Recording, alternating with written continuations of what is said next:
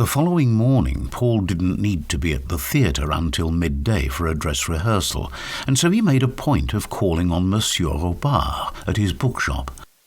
Monsieur Robard greeted him in his softly spoken way and listened patiently to his customer as he asked for material on the Bateau Lavoir. "You know, monsieur, that the greater part of the building was destroyed in a fire 30 years ago. It was entirely rebuilt in 1978. Do you want to know about the building or about who lived there?" Paul responded with a preference for the latter. "When did Picasso arrive from Spain?" he asked. "Oh, I think 1900, first of all, but it was a sorry time for him then. He and his 2 Spanish friends lived in the Rue Gabrielle, number 49, a little further up the hill. He had little or no money, and his friend committed suicide." "Out of poverty?" asked Paul. "Well, not exactly. The studio at the Rue Gabrielle belonged to an older artist called Isidre Nonel, and he let them stay there, Picasso and his friend Casagemas." Monsieur Robard took off his spectacles and began to talk in careful detail as he leaned in towards his spellbound listener. "Now, 3 girls, Germaine Cargallo and her sister Antoinette, lived with him there, as well as a girl called, I believe, Odette. And these 3 girls hooked up with Picasso and his friends Palares and Casagemas, who were also Spanish. Well, Catalan, to be precise.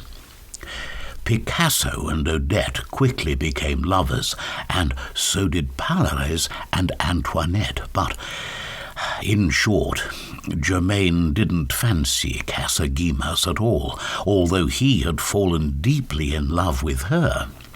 He was said to be impotent, or maybe some such thing, but he adored Germaine without being able to, well, show or demonstrate it, shall we say.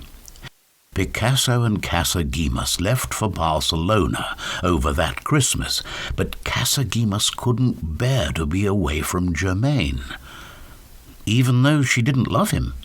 Apparently so. He returned to Paris without Picasso and began behaving strangely around Germaine. He started calling her his wife and his fiancée, even though she hated this. She also, I believe, lent him money. Anyway, she was already married." "Really?" Paul interrupted. "She sounds a pretty formidable girl." "Formidable is one word for her, monsieur. Shall I go on?" "Please, yes."